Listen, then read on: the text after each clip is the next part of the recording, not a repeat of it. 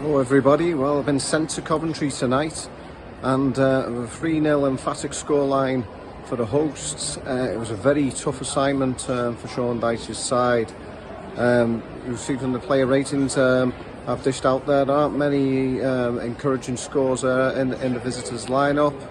It's a really difficult evening for the Blues. Of course, fell behind to a goal from their former striker Ellis Sims.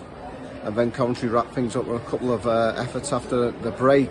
A lot of good players, a lot of key players still to return for Everton for Sean Dyche, including his latest two recruits who haven't figured yet. But there's still plenty of Premier League experience in that Everton lineup this evening, so that will be a source of great frustration that they were overcome so emphatically by Mark Robbins' side. It's the first time I got to see a couple of the new faces in the flesh, Iliam Dyer and Timur Obenham. Contrasting fortunes for them. For Dyer was very quiet. He had one big opportunity in the first half which he spurned, shot over the bar.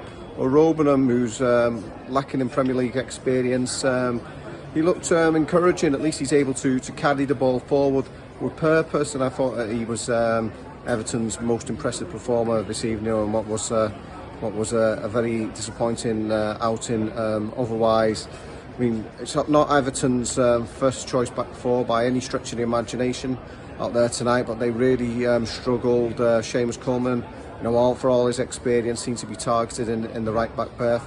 Mason Holgate, ponderous at times. We know he's surplus to requirements, but he's in the shop window there.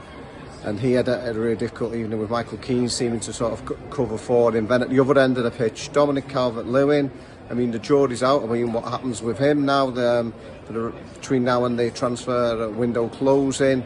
Do Everton cash in on the player who's now in the last 12 months of his contract, or do they hold on to him and risk losing him for nothing?